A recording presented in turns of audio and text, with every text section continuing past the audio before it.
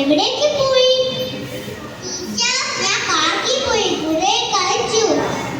ഞാൻ ബീച്ചിൽ പോയി കുറെ കുളിച്ചു. അല്ല, അണിക്കുട്ടി എന്താ കരയുന്നത്? ഞാൻ എവിടെയും പോയില്ല. എന്റെ അമ്മ അച്ഛൻ എവിടെയും കൊണ്ടുപോയില്ല. കരയണ്ടോ? ഇവിടെ എവിടെ പോയി കരയാവോ? നാണിയമ്മനെ കുറെ വിളിച്ചു. പിന്നെ വിളിക്കാൻ ഏത് സമയം ഈ സംഭവം ചെയ്ത് വെച്ചോണ്ട് നടക്കും. അത് എന്റെ ഫ്രണ്ട്സുമായിട്ട് ചാറ്റും വീഡിയോ കോളിലൊക്കെ ആയതുകൊണ്ട് സമയം പോയിട്ട് അറിഞ്ഞില്ലേ. ഞാൻ കാണിച്ചു തരാം. ഞാൻ പോകും. അമ്മേ വിശക്കുന്നു. അവിടെ ബിസ്ക്കറ്റും പാലും എടുത്തു വെച്ചിട്ടുണ്ട്.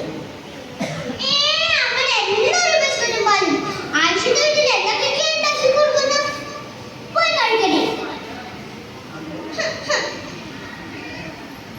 അമ്മേ, ആ ഫോൺ ഒന്ന് തരോ? കാത്തു നിന്റെ ഒരു കാത്തു.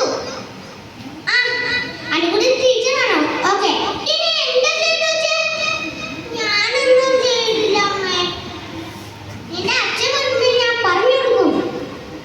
അശ്വരി, നിങ്ങൾ വന്നോ? നിങ്ങളുടെ പുനാര മോളുടെ ടീച്ചറെ ഇപ്പോൾ വിളിച്ചോ? നമ്മൾ രണ്ടുപേരും കൂടെ നാളെ സ്കൂളിലേക്ക് പോകണം. ഞാനൊന്നും ചെയ്തില്ല.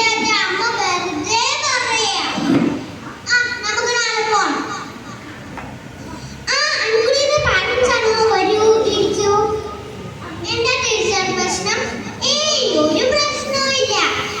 ഞാൻ ഇന്നലെ ഒരു ചോദ്യം ചോദിച്ചു. എല്ലാവർക്കും വലുതാകുമ്പോൾ ആരാവണമെന്ന് എല്ലാവരും പറഞ്ഞ് ടീച്ചർ ആവണം, ഡോക്ടർ ആവണം. പക്ഷെ അവൾ പറഞ്ഞത് ഞാൻ കേട്ടു. ഞാൻ ഞെട്ടിപ്പോയി. അവൾക്ക് അവളുടെ അമ്മയുടെ മൊബൈൽ ഫോൺ ആയാൽ മതിയിരുന്നു. മൊബൈൽ ഫോണോ? അത് പറയാൻ കാരണം നിങ്ങൾ തന്നെയാണ്. ടീച്ചർ, എന്റെ മോനെ വിളിച്ചാവോ? സെക്കൻഡ് ഇയറിൽ പഠിക്കുന്ന അനുകുട്ടിനെ വിളിച്ചു. മോളെ, എനിക്ക് എന്ത് വേണം? എനിക്ക് അമ്മേനെ വേണം, അച്ഛനെ വേണം, എപ്പോഴും വേണം. കെട്ടിപ്പിടിക്കണം, മടിയിൽ നിന്ന് ഉറങ്ങണം. നമുക്ക് പോവാം. കുട്ടികൾക്ക് വേണ്ടി മാതാപിതാക്കൾ ഇത്തിരി സമയം മാറ്റി വെക്കുക. നന്ദി.